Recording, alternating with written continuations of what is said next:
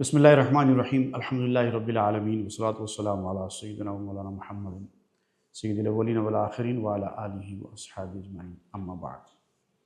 سورہ النحل ہم پڑھ رہے ہیں اور آج وہ رکوع پڑھیں گے جو آیت نمبر 61 سے آیت نمبر 65 تک ہے۔ 5 آیتوں پر مشتمل یہ رکوع ہے جس میں انسانوں کو یہ بتایا جا رہا ہے کہ انسانوں تم اپنے آپ پر اللہ تعالیٰ کو قیاس مت کرو۔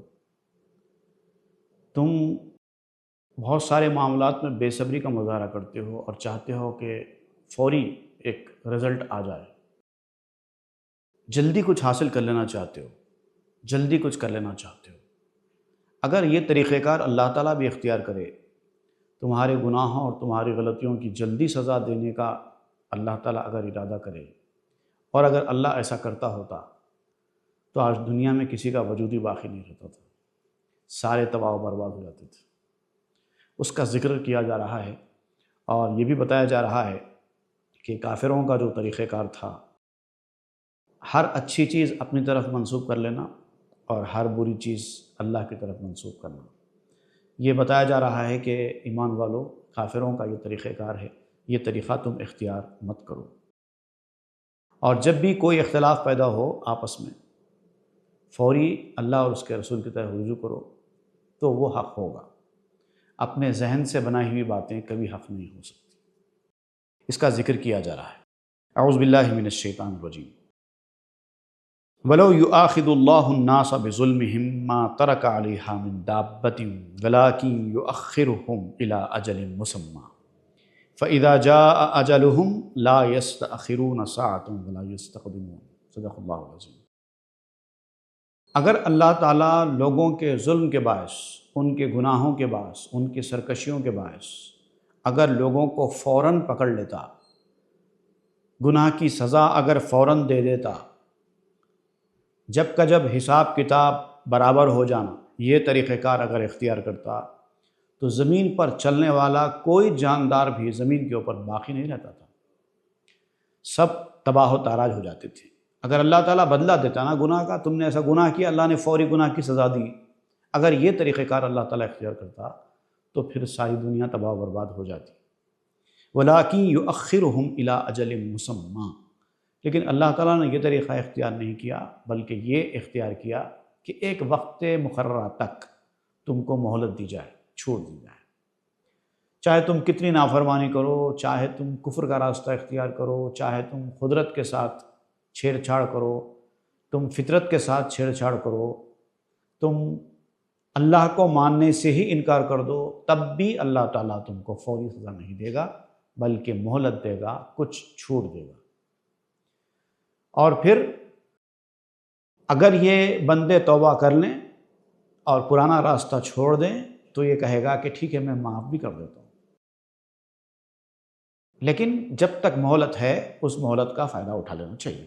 فَإِذَا جَاءَ أَجَلُهُمْ، اور جب مہلت ختم ہو جائے گی، جب وقت مقررہ آ جائے گا، لَا يَسْتَأْخِرُونَ سَاعَةً وَلَا يَسْتَقْدِمُونَ، ایک لمحے کے لیے بھی فیصلہ بدلا نہیں جائے گا، نہ آگے ہوگا نہ پیچھے ہوگا۔ ایک بار آ گیا وقت تو اس کے بعد کسی قیمت پر ٹل نہیں سکتا۔ موت کے حوالے سے بھی مفسرین نے یہی کہا ہے، یہاں پر اجل سے مراد موت بھی ہو سکتی ہے۔ جب موت آ جاتی ہے تو ایک ساتھ کے لیے بھی پیچھے نہیں ہٹتی، ایک ساتھ کے لیے آگے نہیں ہٹتی، جو اس کا وقت ہے وہ اسی وقت پر آئے گی۔ اور اگر وقت نہ آئے موت کا تو ایک آدمی اوپر سے بلڈنگ پہ سے چھلانگ لگا دے، پلین میں سے کود جائے تو بھی وہ مرے گا نہیں، زندہ رہے گا۔ کسی کے اوپر چاقوں سے حملہ کیا جائے تو بھی وہ مرے گا نہیں۔ حملہ کرنے والا مر سکتا ہے، جس پہ حملہ کیا گیا وہ زندہ رہ سکتا ہے، کیونکہ موت نہیں آئی۔ اس قدر اٹل چیز کا نام ہے موت۔ ویسے ہی اللہ کے عذاب کا معاملہ بھی ہے۔ جب اللہ تعالیٰ عذاب بھیج دیتا ہے، آپ کے گناہوں پر پکڑ کر لیتا ہے اور اپنا فیصلہ سنا دیتا ہے، تو پھر ایک لمحے کے لیے بھی وہ آگے ہوتا ہے نہ پیچھے ہوتا ہے۔ تو اس لیے جب تک وہ فیصلہ نہ آئے، اس وقت تک مہلت کو غنیمت جانو اور اپنے لیے کچھ کر لو۔ وَيَجْعَلُونَ لِلَّهِ مَا يَكْرَهُونَ، اور کافروں کا یہ طریقہ کار رہا ہے کہ جب بھی ان کو کوئی چیز ناپسند ہوتی ہے وہ اللہ کی طرف منسوب کر دیتے ہیں۔ اب عرب کے لوگوں کو بیٹیاں پسند نہیں تھیں، بیٹے پسند تھے، تو بیٹے پسند ہوتے تو وہ اس کا پورا کریڈٹ اپنے آپ کو دیتے، اور بیٹیاں پیدا ہوتی تو کہتے کہ ہمارے ہاتھ میں نہیں تھا، بس دے دی گئی۔ اسی طریقے سے فرشتوں کو بھی اللہ کی بیٹیاں قرار دیتے تھے۔ تو بیٹیاں جو تم کو ناپسند ہیں وہ اللہ کی، اور بیٹے جو تم کو پسند ہیں وہ تمہارے، یہ کون سا طریقہ کار ہے؟ اس کے علاوہ بہت ساری اس کے اندر حکمتیں بھی ہیں اس بیان کرنے میں۔ یجعلون للہ ما یکرہون، اور جو چیز تم کو پسند نہیں ہے وہ اللہ کے راستے میں، جو چیز تم کو پسند ہے وہ تمہارے لیے۔ یہ ان لوگوں کے لیے بھی ہے جو اچھی اچھی چیزیں اپنے استعمال کے لیے رکھتے ہیں، اچھی اچھی چیزیں اپنے لیے کھاتے ہیں، جب اللہ کے راستے میں دینے کی بات آتی ہے تو خراب چیز دے دیتے ہیں، جو چیز آپ کے استعمال میں آنے کی نہیں ہے وہ اللہ کے راستے میں نکال دیتے ہیں۔ اس سلسلے میں ایک چھوٹا سا واقعہ ہے، ویسے تو اس کو جوک کی طرح بیان کیا جاتا ہے، لیکن سبق سیکھنے کے لیے یہ جوک نہیں ہے بلکہ عبرت ہے۔ ایک شخص ایک موز والے کی منڈی کے پاس گیا جہاں ایک آدمی موز بیچ رہا تھا۔ اس کو بھوک لگ رہی تھی، غریب تھا، تو اس نے کہا کہ بھائی مجھے بھوک لگ رہی ہے، اللہ کے راستے میں اللہ کے نام پہ ایک موز دے دو تاکہ میں کھا لوں اور تھوڑا میرا پیٹ بھوک سے قابل برداشت بن جائے۔ تو جب اللہ کے نام پہ اس نے کہا تو موز والے نے سوچا، چونکہ وہ بھی مسلمان ایمان والا تھا، تو اس نے سوچا کہ اللہ کے راستے میں چلو دے دیتے ہیں۔ فوری اپنے موز کی منڈی میں جو موز تھے اس میں سے ادھر ادھر نظر دوڑائی، اور جو تھوڑا خراب ٹائپ کا ہو گیا تھا، جو عام طور پہ لوگ خریدتے نہیں ہیں، وہ اٹھا کر اس نے اس کے ہاتھ میں رکھ دیا، بولیے لے لو۔ اس نے وہ پکڑ لیا۔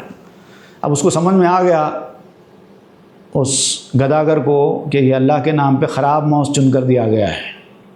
اس نے فوری جیب میں ہاتھ ڈال کر اس میں سے پیسے نکال کر اس موز فروخت کرنے والے کو دیا اور کہا کہ یہ پیسے لو اور ذرا اچھا موز دو۔ بھائی اب تو اس نے پیسے لے لیے تھے، اب تو وہ خراب موز دے نہیں سکتا تھا، اچھا موز چن کر نکال کر اس کے ہاتھ میں رکھا۔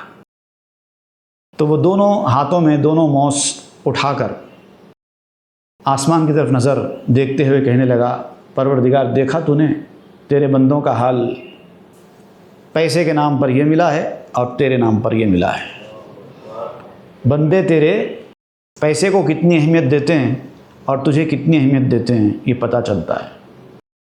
ایک طرف پکار کر کہتے ہیں کہ اللہ بڑا ہے، اللہ اکبر اللہ اکبر، دوسری طرف ان کے اندر کی حالت یہ ہے کہ اللہ کو بڑا نہیں، پیسے کو بڑا سمجھتے ہیں، سب سے بڑا روپیہ یہ سمجھتے ہیں۔ یہ ہے بندوں کا حال، اور یہ کافروں کی صفت ہے۔ اس کا ذکر اللہ تعالیٰ یہ کر رہا ہے، یجعلون للہ ما یکرہون، جو آپ کو پسند نہیں ہے وہ اللہ کی طرف منسوب کرتے ہیں۔ اللہ کے راستے میں نکالیں گے تو اگر گھر کی کوئی چیز کسی کو دینا ہے اللہ کے راستے میں، چن کر جو خراب ہے، جو آپ کے استعمال میں نہیں ہے وہ دیتے ہیں۔ نہیں یہ اچھا ہے، یہ رہنے دو، میں پہن لیتا ہوں، یہ دے دیں گے۔ اس طرح کا طریقہ کار ہوتا ہے، یہ اللہ کو پسند نہیں ہے۔ جبکہ نیکی کا جو حال ہے جس کے بارے میں اللہ نے ذکر کیا ہے کہ نیکی کیا ہوتی ہے، اس کے بارے میں فرمایا گیا لن تنالوا البر حتى تنفقوا مما تحبون۔ نیکی تمہارے پاس اس وقت تک پھٹک نہیں سکتی جب تک کہ تم اللہ کی راہ میں وہ چیز دینا نہ سیکھ لو جو تم کو سب سے زیادہ پسند ہے، جو تمہارے قابل استعمال کی چیز ہے، جس کو پہن کر تم خوش ہوتے ہیں، وہ چیز دینا۔ جو تمہیں پسند ہے کھانے کے لیے وہ تم نہ کھا کر وہ دینا، وہ نیکی ہے۔ جو تم کو پسند ہی نہیں ہے وہ دے رہے ہیں، دے دو، لیکن وہ اللہ کے راستے میں نہیں کہی جائے گی، اس کا وہ ثواب نہیں ملے گا، وہ کافروں کی صفت کہلائے گی۔ وَتَصِفُ أَلْسِنَتُهُمُ الْكَذِبَ أَنَّ لَهُمُ الْحُسْنَى، اور جو کچھ وہ بیان کرتے ہیں منہ سے، ایسی باتیں بیان کرتے ہیں، سب جھوٹ، کچھ بھی سچا نہیں ہوتا۔ وہ کہتے ہیں کہ ہر اچھی چیز ہمارے لیے۔ دیکھیے، جب انبیاء کرام آخرت کی بات کرتے تھے اور کہتے تھے کہ ایک دن آنے والا ہے جب سب کا حساب کتاب ہوگا، ایمان والے جنت میں جائیں گے، کفر کرنے والے جہنم میں جائیں گے، اچھے اعمال کرنے والے جنت میں جائیں گے، برے اعمال کرنے والے جہنم میں جائیں گے، اس سے پہلے ایک دن ہوگا، اس دن حساب کتاب ہوگا، پہلے تو اس کا انکار کر دیتے تھے۔ ایسا کچھ ہونے والا نہیں۔ مر جانے کے بعد کوئی زندہ نہیں کر سکتا، ایک بار مر گئے اب زندہ نہیں ہو سکتے، اس کا انکار کرتے تھے۔ لیکن پھر کہتے تھے کہ چلو ٹھیک ہے، اگر کچھ دیر کے لیے ہم مان بھی لیں کہ آپ صحیح کہہ رہے ہیں، حساب کتاب کا دن ہوگا، اچھے لوگوں کو جنت میں داخل کیا جائے گا، ویسا اگر ہے تو پھر تو ہم جنت میں ہی جائیں گے کیونکہ ہم تو اچھے ہیں۔ اس طرح کی ان کی باتیں ہوا کرتی تھی۔ لا جرم ان لہم النار، لیکن یہ سب جھوٹ ہے۔ حقیقت تو یہ ہے کہ جہنم کی آگ تو ایسے ہی لوگوں کے لیے ہے۔ وَأَنَّهُمْ مُفْرَطُونَ، اور ان کو ایسے جہنم میں ڈالنے میں دیر نہیں کیا جائے گا، جلدی سے ان کو جہنم کے حوالے کر دیا جائے گا۔ مطلب ان کا حساب کتاب بھی روز جزا میں زیادہ ٹائم نہیں چلے گا۔ 3 قسم کے لوگ ہوں گے، اس میں سے 2 قسم کے لوگ ایسے ہوں گے جن کا حساب کتاب جلدی ہو جائے گا۔ ایک تو وہ جن کو جنت میں داخل کرنے کا فیصلہ ہو چکا، ان کا حساب کتاب لمبا نہیں ہوگا، جلدی جلدی وہ جنت میں چلے جائیں۔ ایک تو وہ ہوں گے جو جہنم میں جانے والے ہوں گے، جن کا فیصلہ ہو چکا، وہ اس ٹائپ کے لوگ ہیں، ان کا بھی حساب کتاب زیادہ لمبا نہیں چلے گا، وہ سیدھا جہنم میں ڈال دیے جائیں گے۔ بیچ والے بڑی پریشانی میں ہوں گے، ان کا حساب بہت لمبا ہوگا، بہت طویل ہوگا، ایک ایک چیز کا حساب لیا جائے گا۔ اب ایسے لوگ جن کا جنت کا فیصلہ جن کا ہو چکا ہے حساب کتاب کے بعد، وہ تو خیر اتنے لمبے حساب کتاب کے غم کو بھول جائیں گے اور جنت میں جانے کی خوشی ان کو جنت میں لے کے چلی جائے گی۔ لیکن پھر ایسے لوگ بھی ہوں گے ان میں جن کا طویل حساب کتاب کے بعد پھر جہنم میں ان کو بھیج دیا جائے گا، منہ لٹکا کر جہنم میں جائیں گے۔ تو 3 قسم کے لوگ بیان کیے گئے۔ تو اب یہ جن لوگوں کا ذکر ہو رہا ہے وہ ان لوگوں کا ہے جن کا حساب کتاب لمبا نہیں ہوگا، بلکہ ان کو سیدھا جہنم میں بھیج دیا جائے گا۔ تاللہ لقد ارسلنا الی امم من قبلک، اے نبی آپ سے پہلے بھی انبیاء کرام آئے، رسول آئے مختلف قوموں کی طرف، سب کو ہم نے بھیجا، آدم سے لے کے عیسیٰ تک سارے انبیاء اور رسول جو آئے آپ سے پہلے، سب کے ساتھ ایسے ہی ہوا۔ فزین لہم الشیطان اعمالہم، اور ان کی قوموں کو شیطان نے دنیا کو ایسا مزین کر کے، ایسا خوبصورت بنا کے پیش کیا، ان کے برے اعمال کو بھی اچھے اعمال کی طرح بنا کر پیش کیا کہ وہ اس کے اندر ہی ڈوبے رہے۔ جو اس طرح کے لوگ ہوتے ہیں آپ ان کو دیکھیے جا کر، ایک ایمان والا آدمی اگر کوئی برائی کرتا ہے تو حالانکہ اس سے بھی برائی ہو سکتی ہے، اس سے بھی غلطی ہو سکتی ہے، لیکن اس کا ایمان، اس کا ضمیر اس کو ایک وقت کے بعد ملامت کرتا ہے کہ تم نے یہ غلط کام کیا، اور پھر اس کو بھی احساس ہوتا ہے کہ ہاں میں نے جو کیا ہے وہ غلط کیا ہے۔ لیکن اس طرح کے جو لوگ ہوتے ہیں جن کے اعمال کو شیطان نے آراستہ کر دیا ہے، وہ لوگ مانتے ہی نہیں ہیں اپنی غلطی۔ غلط کیا ہے اس میں؟ صحیح ہے، کوئی برائی نہیں ہے۔ اس طرح سے اپنے برے اعمال کو بھی وہ اچھا سمجھ کے کرنے لگتے ہیں۔ تو یہ وہی لوگ ہیں جن کے اعمال کو شیطان نے خوبصورتی سے آراستہ کر دیا ہے۔ فَهُوَ وَلِيُّهُمْ، اور وہی ان کا دوست بھی ہے۔ اليوم، حساب کتاب کے دن وہی ان کا دوست بھی ہوگا، شیطان کی دوستی کے ساتھ ہی ان کا حشر ہوگا۔ وَلَهُمْ عَذَابٌ عَلِيمٌ، اور ان سب کو جہنم کی جو دردناک عذاب والی جگہ ہے اس میں بھیج دیا جائے گا۔ وَمَا أَنزَلْنَا عَلَيْكَ الْكِتَابَ إِلَّا لِتُبَيِّنَ لَهُمُ الَّذِي اخْتَلَفُوا فِيهِ، اور اے نبی ہم نے آپ کے اوپر جو کتاب اتاری صرف اس لیے اتاری کہ آپ لوگوں کو صاف صاف بیان کر دیں حقیقت کیا ہے۔ جن جن چیزوں میں یہ لوگ اختلاف کرتے تھے، ایسا ہے ایسا نہیں ہے، ان کے اندر انسانوں میں کافی اختلافات تھے، کوئی کچھ کہتا تھا، کوئی کچھ کہتا تھا، کوئی کہتا ایسا ہے، کوئی کہتا ویسا ہے، مختلف اختلافات تھے، ڈیفرنسز تھے۔ تو اے نبی آپ ان کے سامنے رکھ دیجئے کہ جن جن چیزوں میں یہ اختلاف کر رہے ہیں ان کے سامنے رکھ دیجئے کہ یہ صحیح ہے، یہ غلط ہے۔ اس کے لیے ہر چیز بتا دی گئی۔ مختلف عقیدے تھے، کافروں میں بھی، بت پرست قوموں میں بھی مختلف قسم کے عقیدے ہوا کرتے تھے، یہ کہتا ایسا ہے، وہ کہتا ویسا نہیں ہے، اس طرح سے ہوتے تھے۔ تو اس لیے اللہ تعالیٰ فرماتا ہے کہ یہ اختلافات میں کوئی دم نہیں ہے، حق آ گیا ہے، ہر چیز کو حق سے لٹمس ٹیسٹ کی طرح پرکھ کر دیکھ لو، جو حق سے میچ کرتی ہے وہ صحیح ہے، جو حق سے میچ نہیں کرتی وہ غلط ہے۔ وَهُدًى وَرَحْمَةً لِقَوْمٍ يُؤْمِنُونَ، اور جو ایمان والے لوگ ہیں ان کے لیے یہ کتاب ہدایت بھی ہے اور رحمت بھی ہے۔ وَاللَّهُ أَنزَلَ مِنَ السَّمَاءِ مَاءً فَأَحْيَا بِهِ الْأَرْضَ بَعْدَ مَوْتِهَا، اور اللہ تعالیٰ نے آسمان سے پانی اتارا۔ آسمان سے مراد یہاں پر وہ ابر جہاں سے پانی برستا ہے، وہاں سے پانی اتارا۔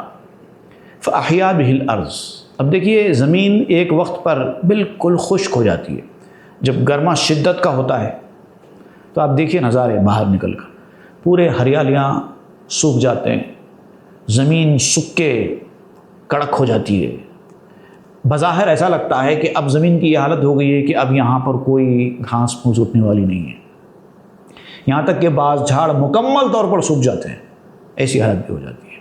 لیکن اللہ تعالیٰ جب بارش نازل کرتا ہے تو بارش کے پانی میں ایسا دم ہوتا ہے کہ سوکھے ہوئے درخت بھی ہرے بھرے ہو جاتے ہیں، خشک ہونے والی زمین بھی تر و تازہ ہو جاتی ہے، ہر طرف ہرا ہرا ہرا دکھائی دینے لگتا ہے، اور ایسا لگتا ہے کہ جیسے یہاں پر پہلے سوکھا ہوا ہی نہیں تھا۔ بعد موتہا، حالانکہ وہ سب کچھ زمین جیسے مر چکی ہو، ایسی حالت ہو گئی تھی، لیکن پھر تر و تازہ ہو جاتی ہے۔ ان فی ذلک لآیۃ لقوم یسمعون، یہ خود نشانی اللہ کی قدرت کو سمجھنے کے لیے کافی ہے، لیکن ان لوگوں کے لیے جو حق کی بات کو سننے والے ہیں، سنتے ہی نہیں ہیں، اندر اتارتے ہی نہیں ہیں، کان کو بند رکھے ہیں، تو اب کچھ بھی دکھائی نہیں دے گا، کچھ بھی سنائی نہیں دے گا، بات اندر نہیں جائے گی۔ ایسے دنیا میں بہت سارے لوگ ہیں، پہلے تو حق کی بات سنتے نہیں ہیں، سننے کو تیار ہی نہیں ہوتے، اور اگر سن بھی لیں تو بات ان کے اندر داخل نہیں ہوتی ہے۔ تو ایسے لوگوں کو کسی چیز سے سبق ملنے والا نہیں ہے، کوئی چیز بھی ان کے حق میں نشانی بننے والی نہیں ہے۔ ایک ہی چیز کافی ہے، یہ جو اللہ نے بیان کی کہ آسمان سے پانی برسا کر مری ہوئی زمین کو پھر سے زندہ کرنے والا جو مرحلہ ہے، اگر اسی پر غور کریں تو اللہ کی قدرت کی نشانی سمجھ میں آ جائے گی، لیکن سننے والوں کے لیے، سب کے لیے نہیں ہے۔ پھر اس کے بعد مویشیوں کا ذکر ہو رہا ہے، جو جانور چرتے ہیں، وہ بھی اللہ کی ایک نشانی میں سے ایک نشانی ہے، اور وہ کیسے، وہ آئندہ کے رکوع میں انشاءاللہ بیان ہوگا۔ وصلی اللہ تعالیٰ علی خیر رسول محمد وآلہ وصحبہ اجمعین والحمد للہ رب العالمین۔ صدق اللہ العظیم۔